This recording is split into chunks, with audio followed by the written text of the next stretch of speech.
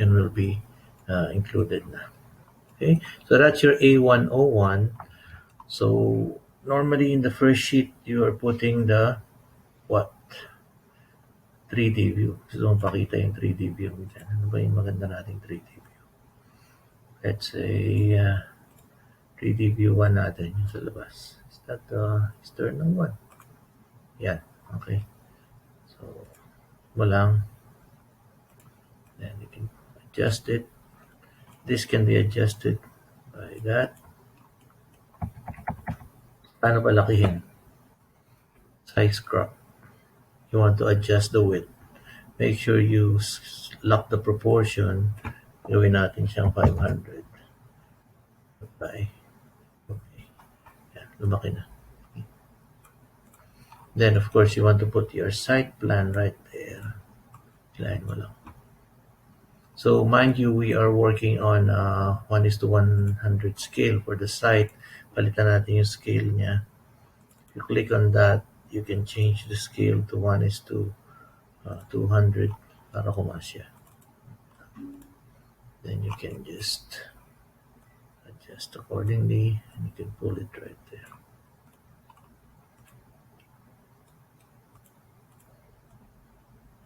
Okay. And if you want to adjust it conveniently, hindi kayo masyado mahirapan, you can go to your site plan again and put on that crop view and you can adjust it para wag na makita yung mga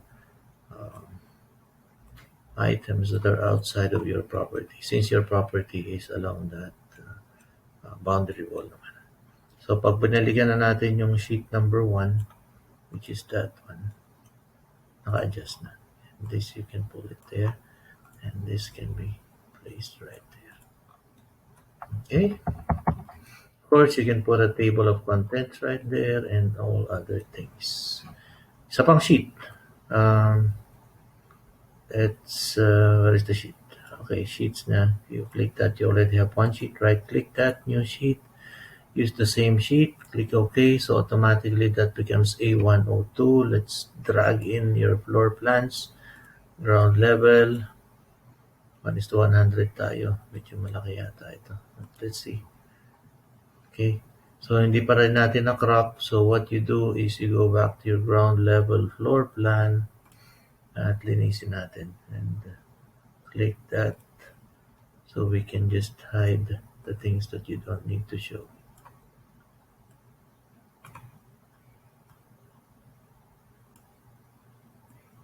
Yeah, para mas madali natin siyang i-present. And click on that. Then you go back to your sheet 102. There is 102. Yeah. And of course, select that so you can adjust that. Pull it right there. Ground floor plan. Yeah.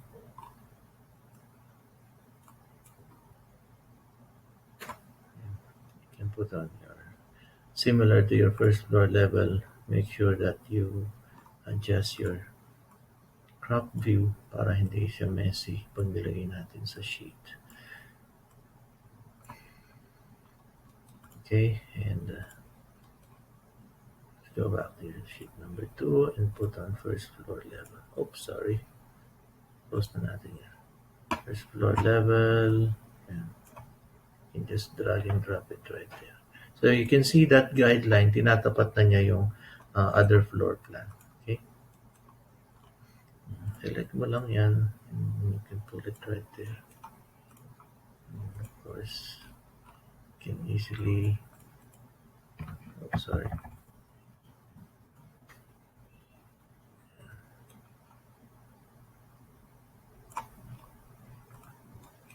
And this you can use a little bit there. Sheet natin. And of course, you can put the other sheets, the roof plan and other plans. Your elevations are can easily be done as well. You can go to your sheet and right click on it, say new sheet, get your another title block. You can put on your elevations now here. You have your east, northwest, pulled in here. Easy does it. I think I forgot something. Since we still have some time, nandyan pa pala yung duplicate views and adjusting the presentation. Okay, how do we duplicate views? For example, you have the same elevation. You want to duplicate it. Let's say the east elevation. You right click on it and you say duplicate view. Duplicate with detailing. Then you put the east copy. Then let's rename it. Sabihin natin east elevation. Put the name on it. Different name para wag siyang mag-error. Okay, so now here, what we will do is we'll have it as um, realistic. It will be like a rendered elevation. Okay, so that one we will put it in our front sheet, in our sheet 001. Okay, in A101 I mean.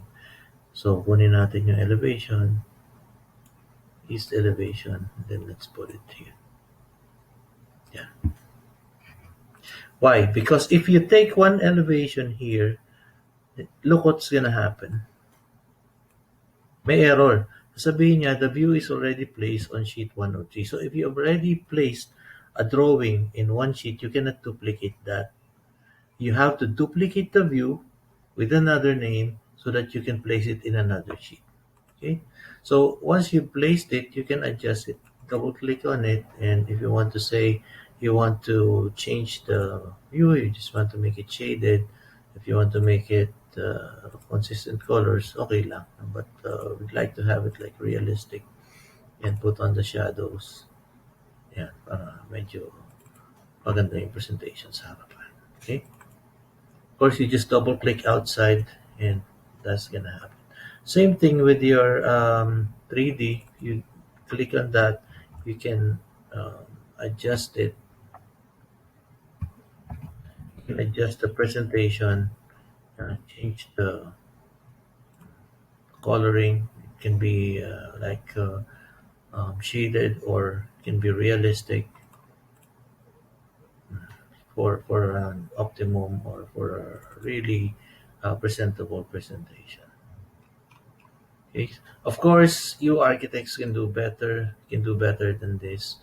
Um, you just need to spend a little time, not so much time, since this is Revit. We're doing it faster for your convenience. So that has been our first set of tutorials. I hope you stay with me for the next series of tutorials. As I promised, we will be doing structural. We'll do the footings, the columns, the beams, and the steel truss for this same project. Thank you very much, and please don't forget to subscribe and share this video so more and more of our colleagues can learn and start with Revit. Thank you very much. Have a great day.